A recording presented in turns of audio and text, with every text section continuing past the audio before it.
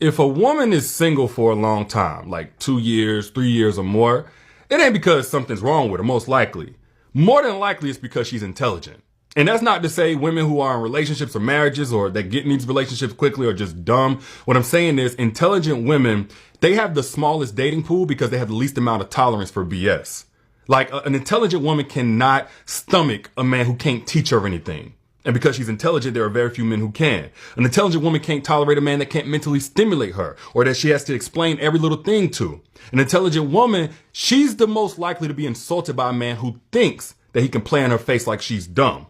So they ain't gonna last. And then add to the fact that, yes, she's intelligent, so therefore she gathers information and she acts on it more effectively than most, which means she's not gonna continue repeating the same bad relationship over and over again with a different man for years on end. She'd just rather be single.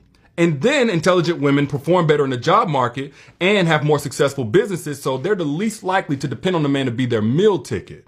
But what I really love about these women is that they're also not easily rattled by that whole, oh, you gonna die alone. You gonna be single until you die, because they're smart enough to understand it's better to be happy until you die alone than to live miserably every single day feeling like you're dying inside.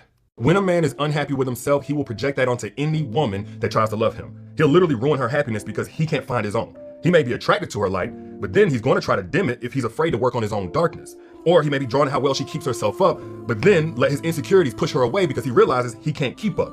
Or at first he may be attracted to her ambition, but then he's going to try to sabotage everything she works on because it's outpacing his complacency. And this is why it is dangerous for a woman to be the recovery girl for a broken man. If he hasn't healed, he'll use your patience as his pain medication. Meaning, knowingly or unknowingly, he will leverage your empathy to escape the emotional rehab that he's been avoiding. And as you look for ways to fix him, he'll find new ways to break you. So while everybody deserves a chance to heal, you gotta make sure your kind heart doesn't cause you to become a bandage for a man who's only making you bleed. Once she's detached, there is no coming back. You will never get the same version of her again, because that bond is broken and her lesson has been learned, especially if she's trained her mind to be stronger than her feelings and her boundaries to be stronger than her empathy. Yeah, she's not relearning that lesson that she can't be your emotional escape while you escape emotional growth. And she's not relearning the lesson that if she's got to fight for your attention, it's really not worth it to win your heart. So she's now put the gloves down so she can pick her crown up. Because for what you're trying to do, you just met her a little too late. Like there was a younger, more naive version of her that was giving guys do-overs who wouldn't do right, but this version of her is not second guessing her worth just because you weren't smart enough to put her first. And that old version of her would go on and on explaining what you did wrong so you could just say the words that she needed to hear. But this version of her ain't about to teach you how to give or wait on an apology. She just made peace without it because you mistook her attachment to you for codependence on you, thinking that she would never leave. And now she's leaving you on red. Now you're the one wondering who she's with and what she's doing when she's ignoring your calls. Now you're the one she only replies to if she's bored enough. And I know that sounds cold-hearted, but she's not cold. She just closed the revolving door of your attempts to manipulate her again. So play victim all you want, but you know that you only played yourself by taking a girl who only wanted to love you and being another lesson she had to learn about loving a man who had to lose her first to realize her worth. Better luck next time with someone else. A guarded woman is the most misunderstood woman in the world because a lot of people are going to call her bitter and unhealed and maybe even stuck up because of how slow she is to let a man in, but it ain't like she just woke up one day and chose to be like that. Like, she's guarded because she's used to men whose effort is contingent on their infatuation with her. And once she opened up and showed that she had flaws and that infatuation left, so did the consistency. Like, she's guarded because she's used to men who could fulfill her flesh, but would leave her heart starving for more than the breadcrumbs that they were offering. Or because they would enjoy her peaceful spirit, but could do nothing to protect it because they weren't at peace with themselves. She's guarded because she's never the one to break her own heart, but she's always the one left to pick up the pieces to it, alone.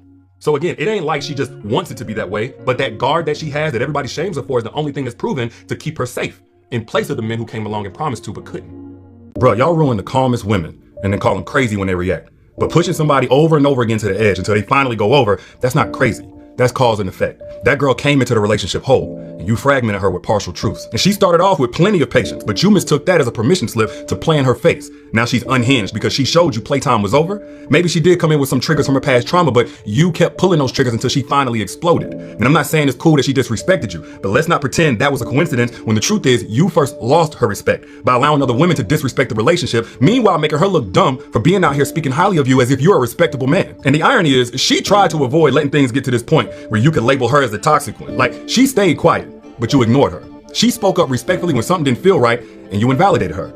But then she finally started speaking the language of, you got her effed up, and you want to call that crazy? Nah, that's consequences. Because if you subject any woman to constant mixed signals, manipulation, betrayals, and emotional neglect, it don't matter how sane she starts off. She's going to snap. Because even the most serene lake is going to create waves if you throw enough stones. So before you go lying about your psycho ex, just know that mental and emotional condition that you left her in was never her true colors. That was your masterpiece of her reasonable reaction to your unreasonable treatment. Nah, fam, you were never the victim of her brokenness. You were the architect of it.